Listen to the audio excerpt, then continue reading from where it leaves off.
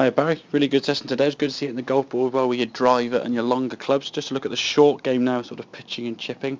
We still want to try and make sure that the torso, top half of the body now as we come through, a bit more of a dominant force. We don't want the arms and the hands to be sort of flicking through and having too much lower half movement. If we look on the left hand side now, for the sort of 40-yard shot that we were getting, you can see as you come through, a bit of a sort of scoop there with the arms, club coming a bit underneath, and as you finish a swing now right the way through there to a full follow through, that almost looks like hitting the ball sort of 100 yards with that length swing, just a little bit out of control and the body's not really controlling the swing length.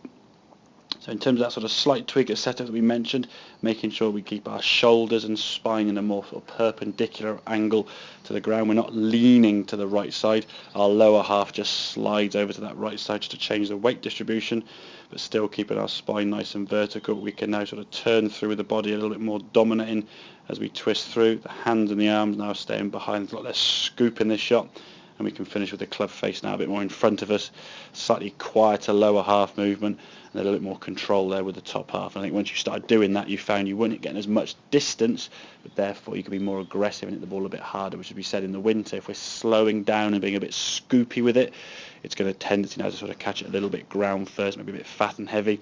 That's obviously really going to affect our ball striking when the ground is that soft. So get that top half working better, feel a bit more chest through the golf ball. I'm sure you'll find that sort of chipping and pitching will be a whole lot better, and hopefully, as we said, aiming to try and get up and down in two from sort of 30 yards and in.